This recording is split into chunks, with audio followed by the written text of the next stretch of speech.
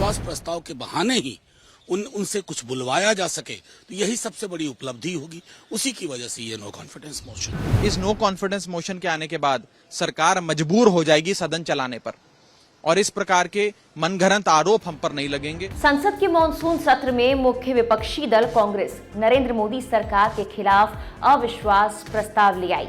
Speaker Om Birla ने अविश्वास प्रस्ताव को स्वीकार कर लिया और कहा कि चर्चा के बाद इसकी तारीख तय की जाएगी।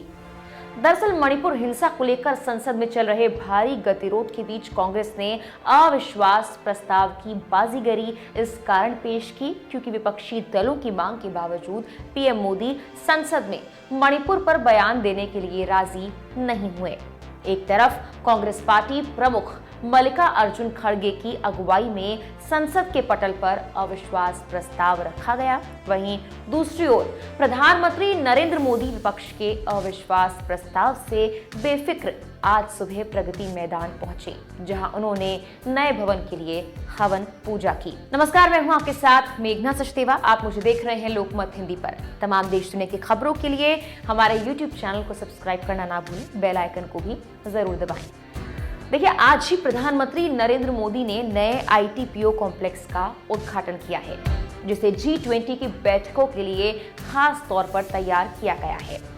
लेकिन आखिर कांग्रेस इस बीच अविश्वास प्रस्ताव क्यों ले आई? इसके पीछे मंशा क्या है? ये बात तो स्पष्ट है कि इस अविश्वास प्रस्ताव से मोदी सरकार को कोई खतरा तो नहीं है, और उसकी साफ वजह है संख्या बल के मामले में कांग्रेस और सारे विपक्षी दल सत्ताधारी भाजपा के सामने कहीं नहीं ठहरते हैं।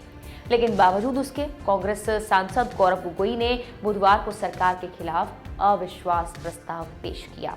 आज इस पर ही बात करेंगे। विपक्षी गठबंधन इंडिया यानी Indian national developmental inclusive alliance ने मंगलवार को ही सरकार के खिलाफ अविश्वास प्रस्ताव लाने का फैसला कर लिया था। कांग्रेस सांसद गौरव गोगोई ने विपक्ष के इस अविश्वास प्रस्ताव को बुधवार की सुबह 9:20 पर स्पीकर के कार्यालय में जमा कराया। संसद के नियमों के अनुसार अगर विपक्ष का अविश्वास प्रस्ताव सुबह 10 बजे से स्पीकर के दफ्तर में जमा करा दिया जाता है तो संसद में प्रस्ताव को उसी दिन पेश किया जाता है। विपक्ष द्वारा इस प्रक्रिया को पूर्ण करने के बाद लोकसभा अध्यक्ष अविश्वास प्रस्ताव का अवलोकन करेंगे और देखते हैं कि उसे कम से कम 50 सांसदों का समर्थन प्राप्त है या फिर नहीं। अगर 50 सांसदों का समर्थन प्राप्त है तो वो अविश्वास प्रस्ताव के लिए समय और तारीख का आवंटन करेंगे, और अगर 50 सांसदों का समर्थन नहीं है तो स्पीकर उस प्रस्ताव को खारिज कर सकते हैं। कोई भी सांसद लोकसभा की प्रक्रिया और नियमों के मुताबिक नियम 198 के तहत सरकार के खिलाफ अविश्वास प्रस्ताव ला सकता है। इसके बाद लोकसभा में अविश्वास प्रस्ताव रखा जाता है और सरकार संसद में अपना बहुमत नहीं सिद्ध कर पाती तो वो सरकार गिर जाती है और उसे इस्तीफा देना पड़ता है। जहां तक नरेंद्र मोदी सरकार की बात है तो बीते 9 साल के अब तक के दोहरे कार्यकाल में ये विपक्ष द्वारा लाया गया दूसरा अविश्वास प्रस्ताव है।